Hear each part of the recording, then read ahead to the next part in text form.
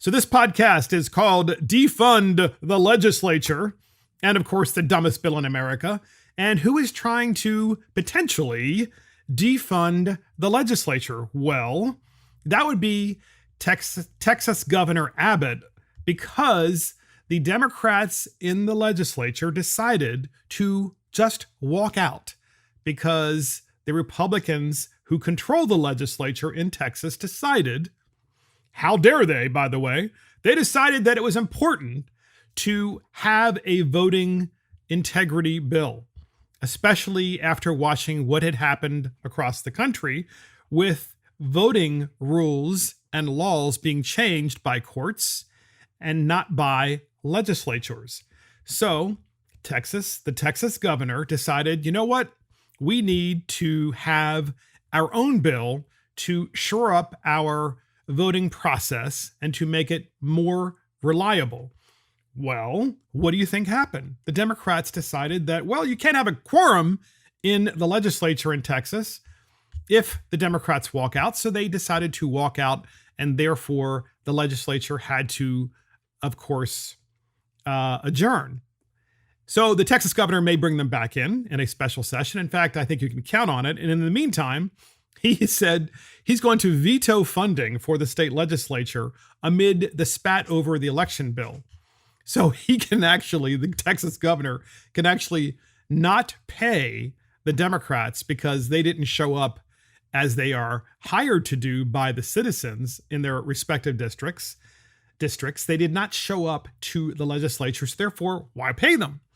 Well, in the legislature in Texas, they make, I think, a little over $7,000 per year, which, by the way, I have to admit is pretty extraordinary, because my own state legislators make $50,000, a little bit more than $50,000 a year, which I've always thought was too much personally. And because what it does is it encourages people to treat it as a job and a career rather than as just public service. And in the Texas legislature, which meets every other year, they get paid a lot less. So here's the article from Fox News.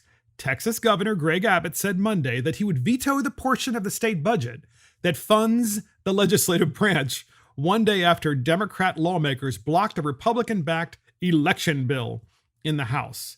In a tweet announcing the move, Governor Abbott indicated that his decision was a response to lawmakers who abandoned their responsibilities. The Texas governor was a strong advocate for the passage of the elections bill. I will veto Article 10 of the budget passed by the legislature.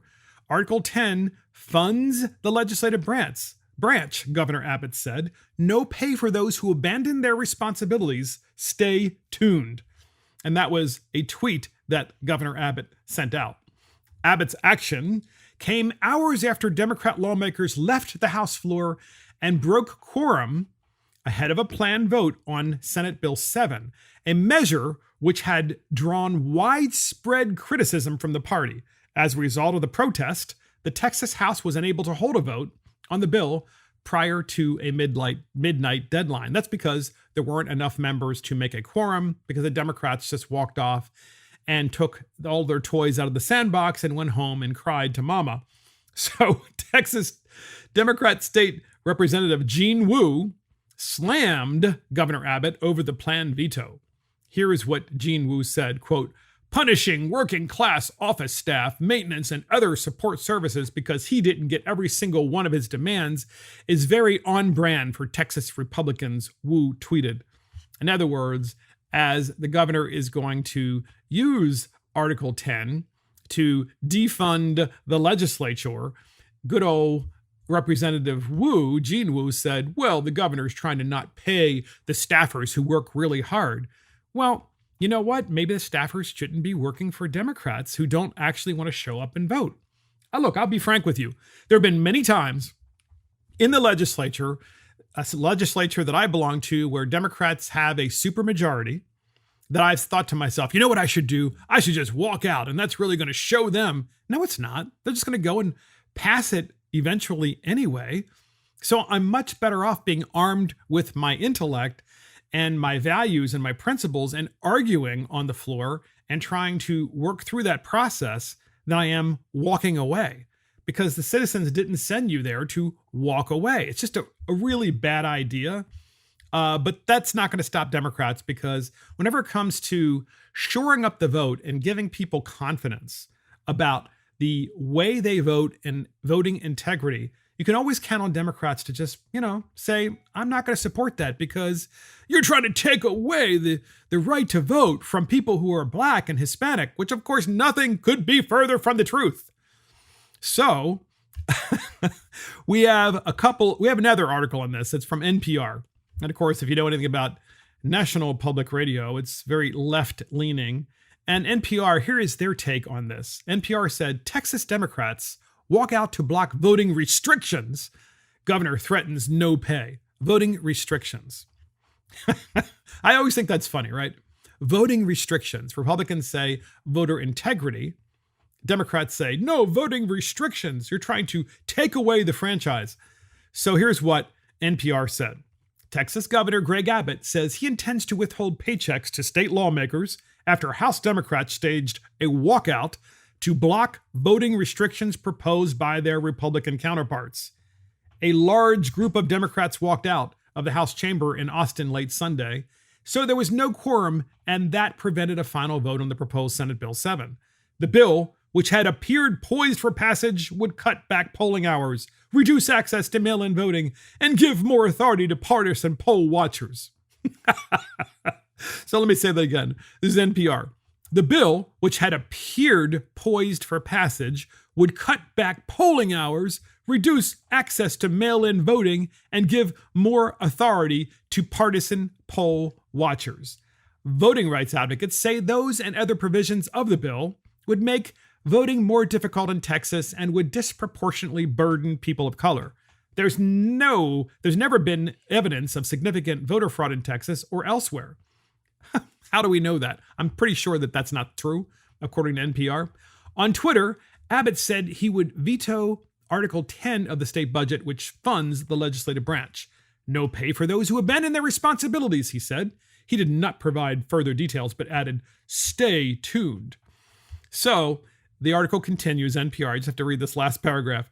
The fight in the Texas legislature comes as Republican state lawmakers across the country work to pass legislation they say is designed to crack down on voter fraud, but which would have the effect of making voting more difficult in many communities.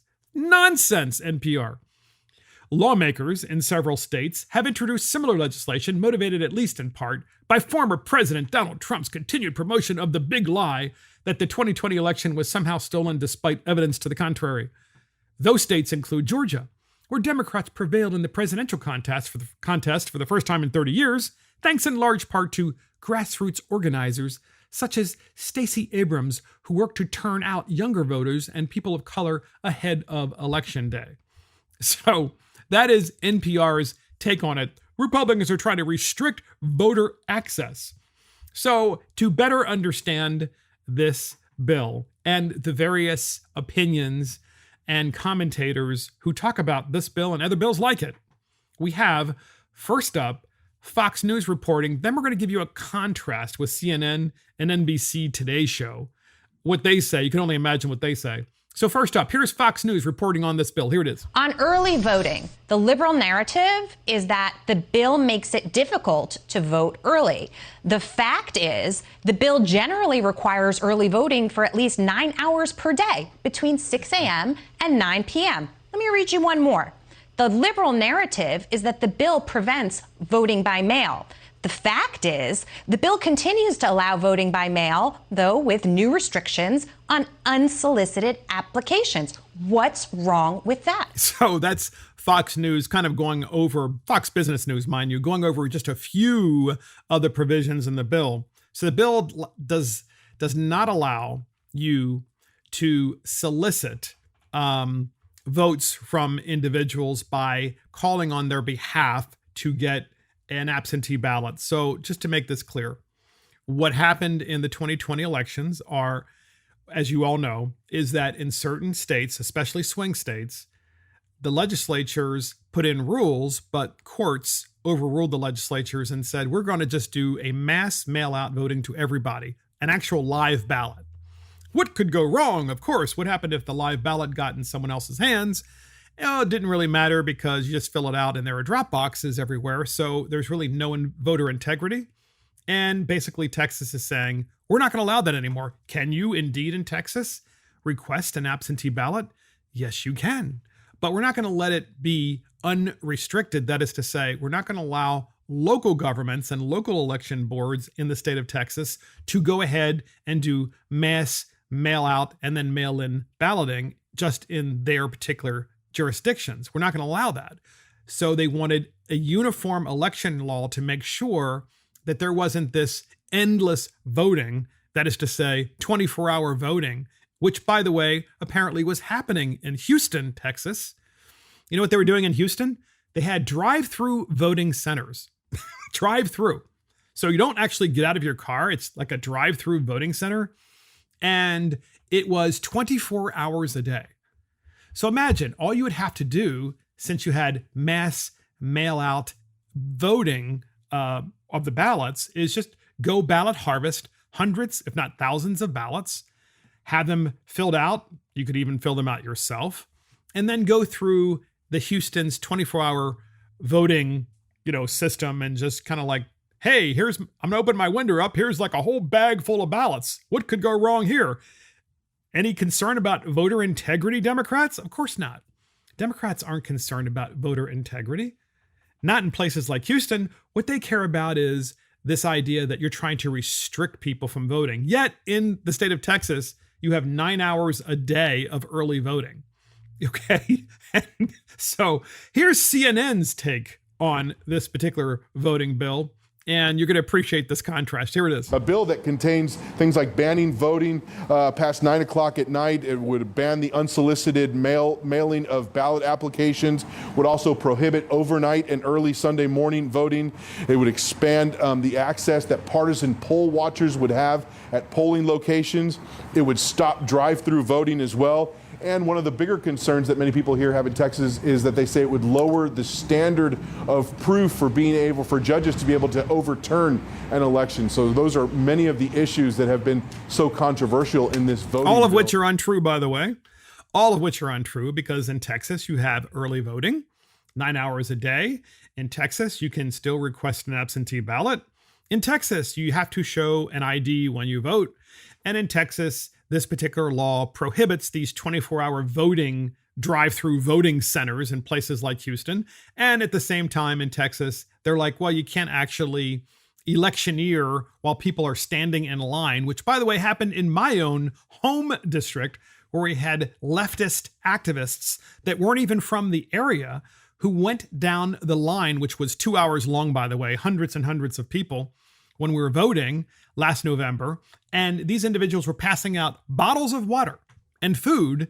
And they, at the same time, were wearing, obviously far leftist propaganda and just saying, oh, we're just here to feed you and give you water while you're waiting in line.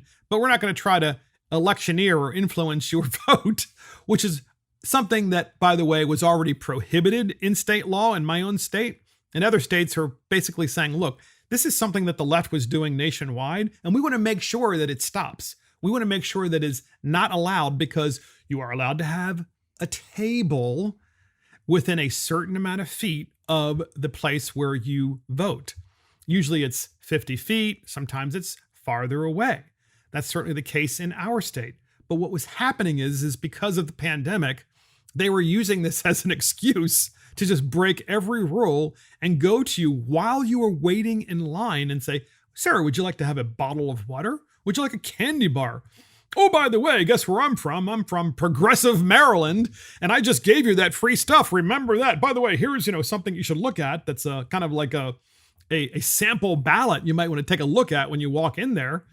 And states across the country, especially the Republican states, without question, are actually communicating with each other and saying, look, this is something the left did systematically across the country, and it ought not be allowed because it is voter intimidation. Imagine if you did this in an all black district or an all Hispanic district or an all Asian district, and that those districts, just for sake of argument, were overwhelmingly Democrat and you were Republican, telling them to vote for Donald Trump, and you were handing out water and candy bars and so forth. there would be people that would be triggered and upset. That's why we don't allow it. That's why it's not allowed. So here's another compare and contrast. Here's NBC's Today Show reporting on this Texas bill. Listen to how they describe it. Here it is. Many GOP officials admit the 2020 election was secure, and Texas had no reports of mass voter fraud in 2020. This is all part of a nationwide battle with the GOP aiming to put tougher restrictions in place, driven by former President Trump's lie that the 2020 election was stolen. But look, you have to understand, if you're a reporter, and which this gentleman purportedly is, and you're working for NBC, what you would normally report is, hey, look, there are Republicans. They control the legislature in Texas. They're interested in providing more voter integrity. Here's what the Republicans consider to be voter integrity, and then go down the list. And Democrats, by the way, this is what a reporter would say, a good reporter, Democrats disagree because they say it restricts voting for these reasons. It restricts voting.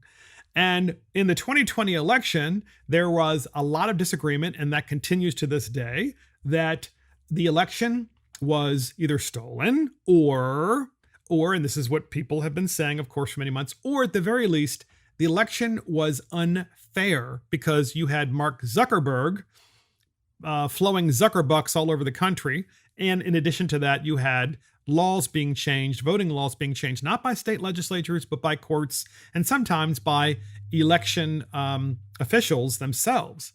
And if you went over those things as a reporter and you actually talked about them in a systematic way and a very calm way, I think you would get a lot more buy-in and a lot more discussion, but they don't. Immediately they say, well, there's nothing to look at during the 2020 election that happened that was wrong. Nothing happened in the 2020 election that was in any way, shape, or form sneaky or underhanded or questionable. I have to tell you something. If you're a Democrat or an independent and you're listening to this podcast, thank you, by the way, you have to ask yourself, do you really think it's appropriate for there to be mass mail-out and mass mail-in ballots in the state of Pennsylvania, just as an example? Do you really think that's appropriate? Do you further think it's appropriate to accept ballots after the evening of the election itself? So you have an election, there's an election day, and you're a Democrat and you're a state elected official, or you're an election judge, or just a judge who was appointed to a job or elected to a job, and you decide that the election is never really going to end. So election day isn't really election day when you stop collecting and receiving ballots. You say, well, we're going to continue to accept them many days after this election day, which is what happened. Any reasonable person, regardless of party, has to understand how incredibly unfair that is and that it's cheating. It's cheating because you have an election day. You have early voting that occurs all the way up to that election day. And election day, you can even still drop off at your local drop box or to the actual election judge your mail-in ballot, or you can vote in person, which is what I personally prefer. But that we just have these people, they don't seem to understand that the entire process was undermined by this mass mail-in voting when you had these mail-in votes coming in significantly after the election day. And so Texas is basically saying, look, we're going to shore up our election system because we don't want anyone to say that an election in Texas was unfair or that there was potential cheating or that we have 24-hour voting drive-through centers, which is like, I'm just wondering if you vote, let's say at 1 o'clock in the morning, because you're dropping off your ballot. I mean, why can't you? I understand people, don't get mad at me out there. I understand people work for a living. I work for a living. And maybe you have a job where you have really long hours, 4 days a week or 5 days a week. That's why we also have voting on weekends, early voting, which exists in the state of Texas and many other states as well. So I just don't understand the media's take on this late date, trying to say that there was nothing to see in the 2020 election, and Republicans, the bad Republicans, are trying to restrict access to the vote by people of all colors because of the fact that they want either voter ID or they want the elections to end at election day, which seems to me to be a perfectly reasonable thing. Instead, we have election month and sometimes election week, even after election day, which continues, as we know it's intended so that until the result is reached, then we actually start counting and we stop the election. That is exactly what happened in Pennsylvania. And any reasonable person to this day would say, I have a question mark. I'm not going to sit here to podcast listeners and say, I 100% know that this person won or that person won in Pennsylvania. This is what I'm going to tell you. I am certain that there was a lot of shenanigans going on in Pennsylvania as a result of the mass mail-in ballots and the fact that so many of them came in after the election day. It seems very, very sketchy to me. So good for the Governor Abbott of Texas, who is actually doing something about this, including, which this is the part I love the best, defunding the state legislative office holders because of the fact that the Democrats won't show up.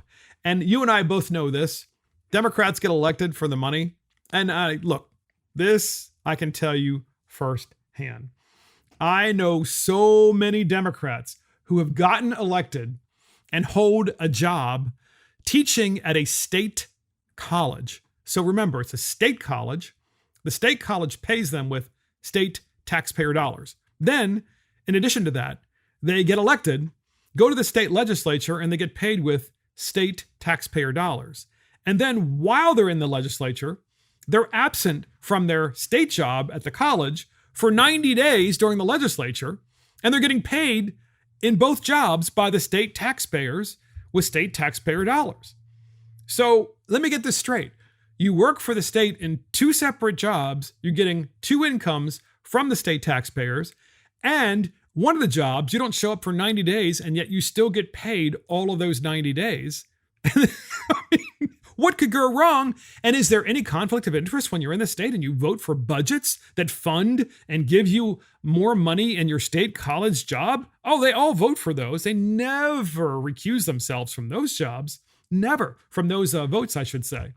So this is something that I've seen time and time again, and good for the Texas governor for defunding the legislature.